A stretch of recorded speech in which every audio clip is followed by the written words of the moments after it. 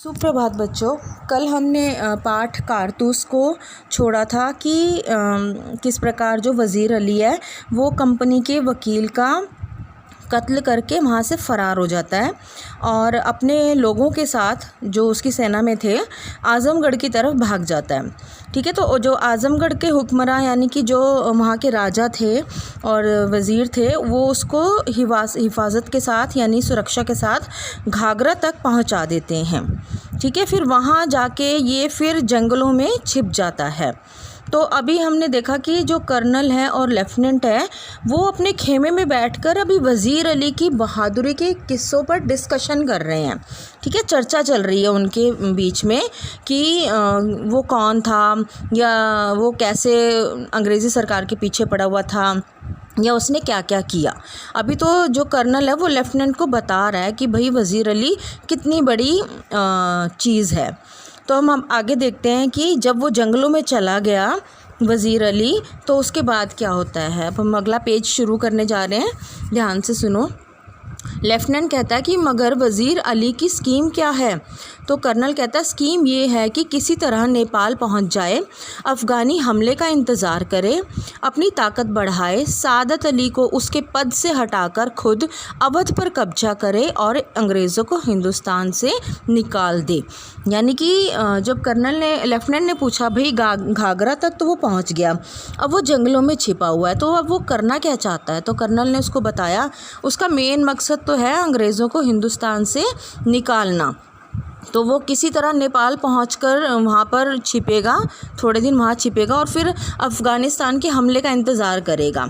जैसे ही अफ़गानिस्तान हमला करेगा तो वो भी उनके साथ मिलकर हल्ला बोलेगा। ठीक है, और सादत अली जो कि अब अवध के तख्त पे बैठा है उसको हटाना है और ख़ुद वहाँ का राजा बनना है, क्योंकि पहले वही वहाँ का राजा था। परंतु सादत अली ने क्या किया कि अपनी आधी जायदाद और 10 लाख रुपए नगद ब्रिटिश गवर्नमेंट को दिए ताकि वो वज़ीर अली को हटाकर उसको राजा बना दे, जैसा कि हमने शुरू में पढ़ा था। तो लेफ्टिनेंट कहता है फिर नेपाल पहुंचना तो कोई ऐसा मुश्किल नहीं है, मुमकिन है कि पहुंच गया हो। तो कर्नल कहता है हमारी फ़ौजें और नवाब सादत अली खां के सिपाही बड़ी सख्ती से उसका पीछा कर रहे हैं। हमें अच्छी तरह मालूम है कि वो इन्हीं जंगलों में है। तो अब लेफ्टिनेंट कहता है कि हो सकता है, अभी तो हम सोच ही रहे हैं कि हो सकता है पर वो नेपाल पहुंच गया हो। तो कर्नल कहता है कि नहीं, वो नेपाल नहीं पहुंचा, क्योंकि हमारी फ़ौजें जो हैं लगातार उस पर निगरानी रखे हुए हैं कि वो कहीं पे भी थोड़ी बहुत हरकत होती है या वज़ीर अली के नाम से कहीं पर कुछ भी हलचल होती है तो हमें पता चल जाता है वो है तो इन्हीं जंगलों में, वो अभी नेपाल नहीं पहुंचा।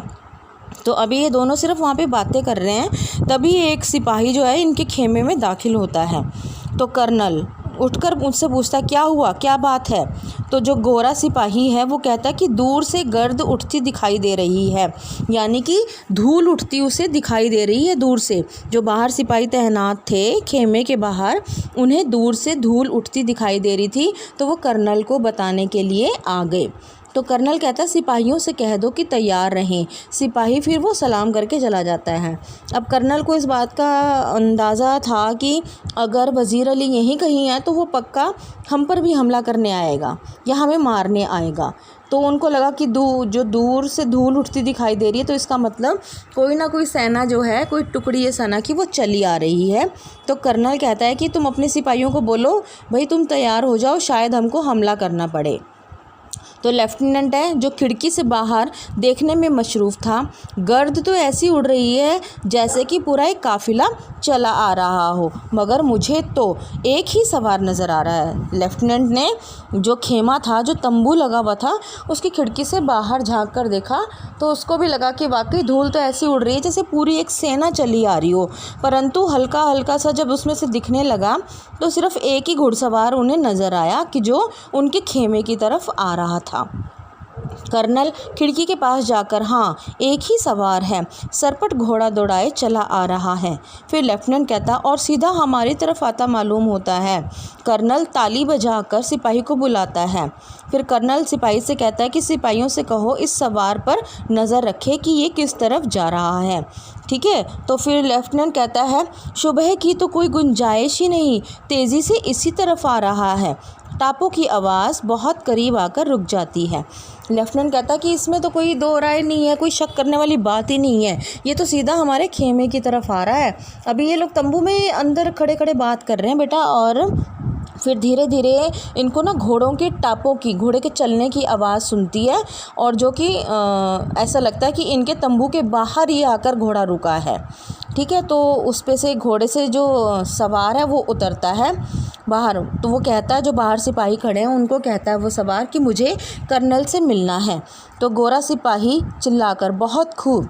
तो जो सवार है वो कहता है कि ठीक है, मैं इंतज़ार करता हूँ। गोरा फिर अंदर जाकर कर्नल को बोलता है कि भैया वो आपसे मिलना चाहता है, जो घुड़सवार है वो आपसे मिलना चाहता है। तो कर्नल कहता है भेज दो। लेफ्टिनेंट कहता है वज़ीर अली का लगता है कोई आदमी होगा, हमसे मिलकर उसे गिरफ़्तार करवाना चाहता होगा। यानी कि कोई ना कोई ऐसा बीच में वो कहते हैं ना कि धोखेबाज निकल जाता है कई बार, कि सूचना दे देता है, खबर दे देता है कि भाई वज़ीर अली यहाँ छिपा हुआ है और तुम आकर उसको पकड़ लो। तो कर्नल लेफ्टिनेंट भी वही बात सोचता है कि शायद हो सकता है वज़ीर अली का कोई आदमी हो और हमें उसकी खबर देने आया हो। तो कर्नल कहता है खामोश रहो। तभी वो घुड़सवार जो है वो अंदर आ जाता है। तो सवार आते ही कहता है तन्हाई, यानी कि मुझे अकेले में आपसे कुछ बात करनी है। सवार जैसे अंदर आता है तो वो बोलता है तन्हाई। तो वो कर्नल समझ जाता है कि ये मुझसे अकेले में कुछ बात करना चाहता है।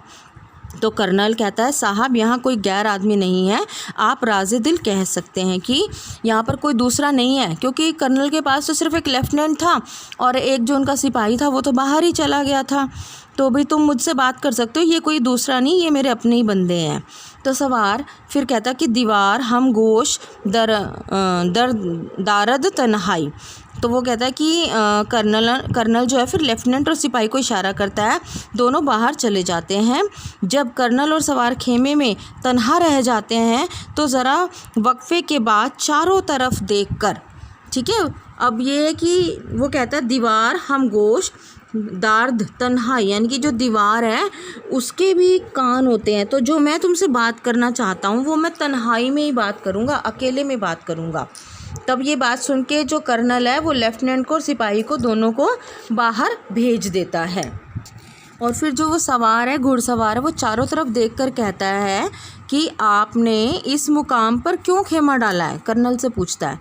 तो कर्नल कहता है कि कंपनी का हुक्म है कि वज़ीर अली को गिरफ़्तार किया जाए। तो सवार कहता है लेकिन इतना लाव लश्कर क्यों, क्या मायने रखता है, क्यों तुम इतनी सेना लेकर यहाँ पर रुके हुए हो। तो कर्नल कहता है गिरफ्तारी में मदद देने के लिए, कि वज़ीर अली पता नहीं उसके साथ कितने लोग होंगे, तो हमारे पास भी तो एक सेना होनी चाहिए, बैकअप होना चाहिए ना, कि उसको पकड़ना है हमने। तो इसलिए मैं इतना लश्कर यानी कि इतनी सारी सेना जो है लेकर यहाँ जंगल में खेमा डाल के बैठा हूँ। तो सवार कहता है वज़ीर अली की गिरफ़्तारी बहुत मुश्किल है साहब। ठीक है, तो कर्नल कहता क्यों। तो सवार कहता वो एक जांबाज सिपाही है। तो कर्नल कहता है मैंने भी ये सुन रखा है, आप क्या चाहते हो। तो जो सवार है, घुड़सवार है, वो कहता है कि चंद कारतूस चाहिए मुझे। कर्नल कहता है किस लिए चाहिए। तो सवार कहता है वज़ीर अली को गिरफ़्तार कराने के लिए।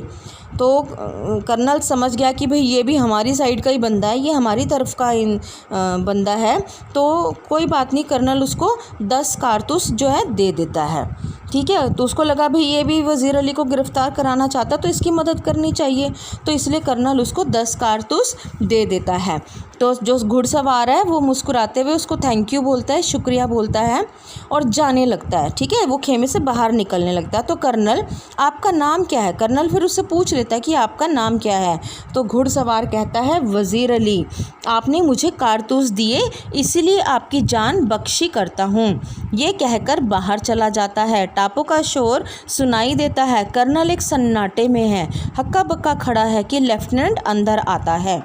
ठीक है, क्योंकि वो तो चुपचाप उससे कारतूस लेता है और वो चलने लगता है। तभी कर्नल सोचता है कि चलो इसका नाम तो पूछ लूँ कम से कम। तो वो कहता है कि वज़ीर अली। तो कर्नल जो एकदम हक्का पक्का रह जाता कि वज़ीर अली मेरे खेमे में आकर मुझसे ही कारतूस लेकर जा रहा है और मैं कुछ नहीं कर सकता। मतलब वो एकदम स्तब्ध रह जाता है, बिल्कुल एकदम सुन्न हो जाता है और खड़ा खड़ा उसको देखता रहता है। और वो फटाफट घोड़े पर बैठकर वज़ीर अली वहाँ से निकल जाता है। और जब वो चला जाता है तब लेफ्टिनेंट है जो अंदर आता है। तो लेफ्टिनेंट कहता है कि कौन था, तो कर्नल जो है वो दबी आवाज़ में कहता है, दबी ज़बान से अपने आप से कहता है, एक जांबाज सिपाही था। यानी यहाँ पर जो कर्नल है वो भी इस बात को मान गया कि वाकई जो वज़ीर अली है वो एक जांबाज सिपाही है। तो इस प्रकार हमने देखा कि जो वज़ीर अली था वो किस प्रकार अंग्रेज़ों के गले की हड्डी बना हुआ था कि ना तो वो उसको निगल सकते थे और ना ही उगल सकते थे। इतनी सेना मिलकर उसको गिरफ्तार करना चाहती थी और वो अकेला उन सब पर भारी था। कैसे वो चालाकी से उनके खेमे में आया और उन्हीं से 10 कारतूस लेकर चला भी गया और वो उसका बाल भी बांका नहीं कर सके। तो बच्चों हमने देखा कि किस प्रकार जो है वज़ीर अली एक जांबाज सिपाही था। और एक ये छोटी सी घटना है, सिर्फ आज़ादी के दिनों की छोटी सी घटना है जो आपके पाठ के रूप में आपके सामने आई है। तो आशा है कि आपको ये पाठ समझ में आया होगा। तो चलिए अब हम इसके प्रश्न उत्तर एक बार कर लेते हैं, डिस्कस कर लेते हैं ताकि आपको लिखने में आसानी रहे। पहले आते हैं बेटा आपके 1-2 पंक्ति वाले, यानी कि सिंगल सेंटेंस में जिनका आपको आंसर देना है, ठीक है। और ये आपको सारे नोटबुक में लिखने हैं।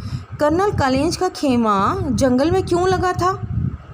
किस लिए लगा था? वज़ीर अली को पकड़ना चाहते थे इसलिए उन्होंने वहाँ खेमा लगाया। अगला क्वेश्चन है, फिर वज़ीर अली से सिपाही क्यों तंग आ चुके थे? क्योंकि वो इतने महीनों से वहाँ जंगल में पड़े हैं और वज़ीर अली का कुछ अता पता नहीं लग रहा था। मतलब वो इतने तंग आ गए थे कि हम कब तक यहाँ पर पड़े रहेंगे, वज़ीर अली को हम पकड़ ही नहीं पा रहे, तो इसलिए परेशान हो चुके थे सिपाही भी। तीसरा क्वेश्चन है बेटा, कर्नल ने सवार पर नज़र रखने को क्यों कहा? क्योंकि कर्नल को ये था कि हो सकता है ये हम पर अटैक ना करने आ रहा हो। वज़ीर अली जब उसने देखा दूर से धूल उड़ती नज़र आ रही है तो उसको लगा कि पूरी एक सेना है, तो इसलिए उसने सिपाही को बोला कि भाई तुम इस पर नज़र रखो, ये हमारी तरफ ही आ रहा है या कहीं और जाएगा। सवार ने क्यों कहा कि वज़ीर अली की गिरफ़्तारी बहुत मुश्किल है?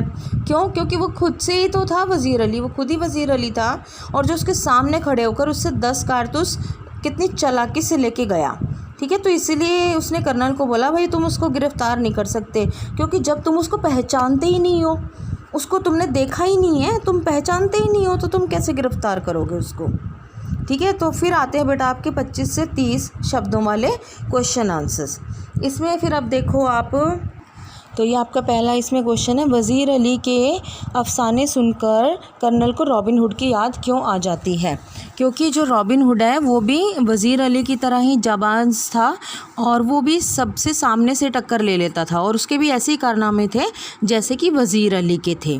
तो इसीलिए जब भी वज़ीर अली का जिक्र हुआ तो कर्नल को जो है वो रॉबिन हुड की याद आ गई। फिर अगला क्वेश्चन है बेटा आपका, सआदत अली कौन था और वज़ीर अली की पैदाइश को उसने अपनी मौत क्यों समझा? तो जो सआदत अली था वो कौन था? वो आसिफ उद दौला का भाई था और वज़ीर अली का मतलब पक्का दुश्मन था, क्योंकि जब वज़ीर अली पैदा हो गया तो उसको लग गया कि भाई अब तो यही राजा बनेगा, मेरे को राजा बनने का मौका नहीं मिलेगा। परंतु वो क्या कि अंग्रेज़ों का वो कहते चमचा था, तो जैसे तैसे करके उसने अंग्रेज़ों को अपनी तरफ किया, कैसे आधी जायदाद देकर और कुछ नगद देकर, और ख़ुद वो जाकर फिर वहाँ का अवध का नवाब बन गया था। फिर आपका क्वेश्चन है बेटा कि सआदत अली को अवध के तख्त पर बिठाने के पीछे कर्नल का क्या मकसद था?